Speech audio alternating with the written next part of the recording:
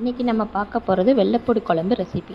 இதுக்கு தேவையானது வந்து வெங்காயம், தக்காளி, வெள்ளைப்பூடு, கடுகு, சீரகம், வெந்தயம். இதுதான் மெயின் இன்க்ரீடியண்ட்டாக யூஸ் பண்ண போகிறோம்.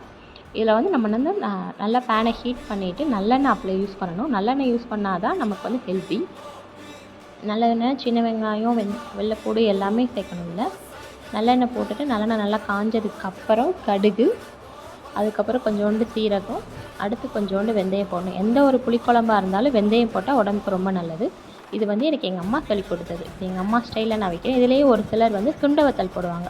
நம்ம முதலையே வந்து எண்ணெய் ஊற்றி சுண்டவத்தலை நல்லா பொரிச்சிட்டு தனியாக எடுத்து வச்சுட்டு கடைசி குழம்பு நல்லா ரெடி ஆனதுக்கப்புறம் அதில் போடுவாங்க. இப்போ வந்து கடுகு வெடிச்சிருச்சு. அடுத்து வெந்தயம், அடுத்து வந்து சீரகத்தை போட்டுட்டு நல்லா வெடித்ததுக்கப்புறம் கருவேப்பிலை போடணும். கருவேப்பிலை போட்டதுக்கப்புறம் சின்ன வெங்காயம் போடணும். சின்ன வெங்காயத்தை போட்டு நல்லா வதக்கணும். எவ்வளோ தூரத்துக்கு வதக்குறோமோ அவ்வளோ தூரத்துக்கு நல்லது. கண்ணாடி பதம் போய் நல்லா வதங்கணும். அதுக்கப்புறம் யாருக்கெல்லாம் இந்த குழம்பு தெரியுன்றவங்க கமெண்ட் பண்ணுங்கள். அப்புறம் லைக் பண்ணுங்கள். உங்களுக்கு பிடிச்சிருந்தா இந்த குழம்புக்கு லைக் பண்ணிவிட்டு போங்க. நல்லா சின்ன வெங்காயத்தை நல்லா வதக்கணும். அதுக்கப்புறம் ஒரு தக்காளி ஆட் பண்ணி வதக்கணும். அதை வந்து நான் கொஞ்சம் எடுக்க மட்டும் மறந்துட்டேன், அதனால் எடுக்காமல் இருக்கேன். ஒரு சின்ன தக்காளி மட்டும் ஆட் பண்ணிக்கோங்க. சின்ன பூண்டு, நிறைய வெள்ளைப்பூடு எவ்வளோ நாளும் உரித்து போடலாம், அது உங்கள் இஷ்டம். நல்லா உரித்து போட்டு நல்லா வதக்கணும். நல்லா ஃப்ரை ஆனதுக்கப்புறம் அந்த எண்ணெயிலே நல்லா வதங்கும். அதுக்கப்புறம்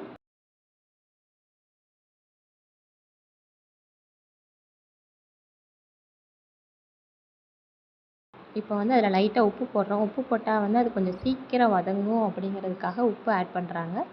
அடுத்து வந்து நம்ம புளி தண்ணி எடுத்து புளியை வந்து நல்லா கரைச்சி வச்சுக்கணும். புளியை நல்லா கரைச்சி வச்சுட்டு அதில் வந்து குழம்பு மிளகாய் பொடி, மல்லித்தூள், அடுத்து வந்து கொஞ்சோண்டு உப்பு, இது மூணையும் போட்டு நல்லா கரைக்கணும்.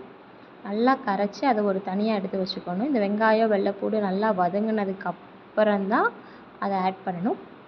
ஆட் பண்ணி நல்லா கொதிக்க விடணும். குழம்பு எவ்வளோ தூரத்துக்கு கொதிக்குதோ கொதித்து நல்லா வற்றணும். நல்ல புளி வாசம், அந்த குழம்பு பொடி வாசம் எல்லாம் போயிட்டால் வந்து குழம்பு சூப்பராக இருக்கும். அதுக்கப்புறம் நம்ம யாருக்குனாலும் சர்வ் பண்ணலாம்.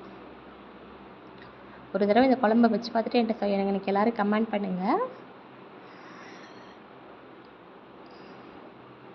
இப்போ வந்து நம்ம கரைச்சி வச்ச கரைசல் வந்து ஆட் பண்ணுறோம். ஒரு சிலர் வந்து இதில் தேங்காய் ஆட் பண்ணணுன்னாலும் ஆட் பண்ணுவாங்க.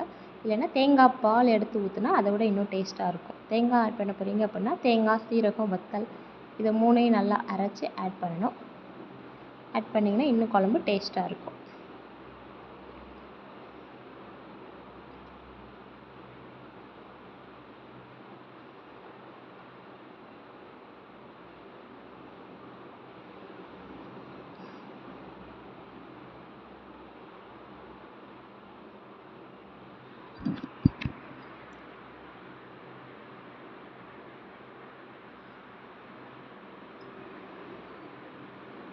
வேறு என்ன மாதிரி டாபிக்ஸ்லாம் பேசலான்றது யாராவது சொல்லுங்கள், நம்ம பேசலாம்.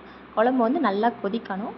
கொதித்ததுக்கப்புறம் நல்லா வற்றணும். வற்றி ஒரு நல்லா நம்ம போட்ட இது ஒரு மசாலா வந்து நல்லா எண்ணெய் பிரிஞ்சு வரும். நம்ம ஊற்றுன எண்ணெய் வந்து பிரிஞ்சு வரும்போது வந்து ஸ்டவ் ஆஃப் பண்ணிடலாம். சுட சுட வத்த குழம்பு ரெடி ஆயிடுச்சு. இதுக்கு வந்து அப்பளம் இல்லைன்னா முட்டை எது வச்சு சாப்பிட்டாலும் செம்ம டேஸ்ட்டாக இருக்கும். நீங்கள் எல்லோரும் சாப்பிட்டுட்டு இது எப்படி இருக்குன்னு சொல்லுங்கள். தேங்க்யூ. உங்களுக்கு இந்த ரெசிபி பிடிச்சிருந்தா என்னோட ஃபாலோ பண்ணிவிட்டு எனக்கு கமெண்ட் பண்ணுங்கள், லைக் பண்ணுங்கள், ஷேர் பண்ணுங்கள். தேங்க்யூ. ஃபைனல் அவுட்புட் இப்படி தான் இருக்கும் நம்மளோட குழம்போட அவுட்புட்.